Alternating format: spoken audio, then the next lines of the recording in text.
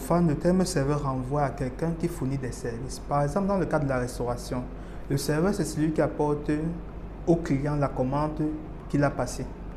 Si on revient dans le cadre informatique, le principe est le même.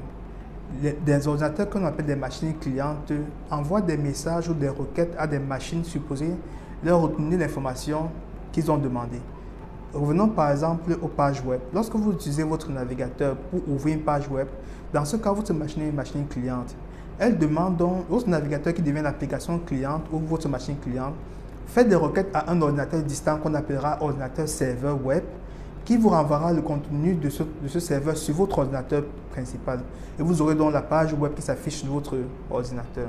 En réalité, serveur est un terme qui peut renvoyer à plusieurs types d'ordinateurs.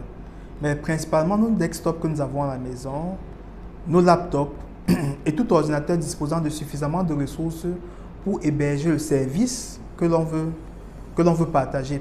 Dans le domaine de la recherche, les serveurs principalement utilisés sont les serveurs web et les serveurs de base de données.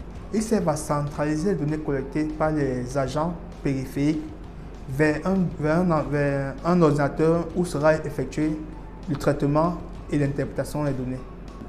Trois avantages essentiels à utiliser un serveur dans un projet de recherche, notamment l'accès rapide, l'archivage et le partage facile des informations.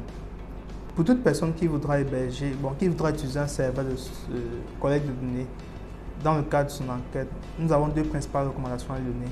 Premièrement, c'est protéger physiquement le serveur, c'est-à-dire que mettre ses équipements dans un environnement dont l'accès physique est sécurisé et assurer aussi la sécurité logique du serveur, c'est-à-dire le protéger des attaques au moyen des antivirus, des pare-feux, des certificats, des algorithmes de cryptage et de décryptage d'informations.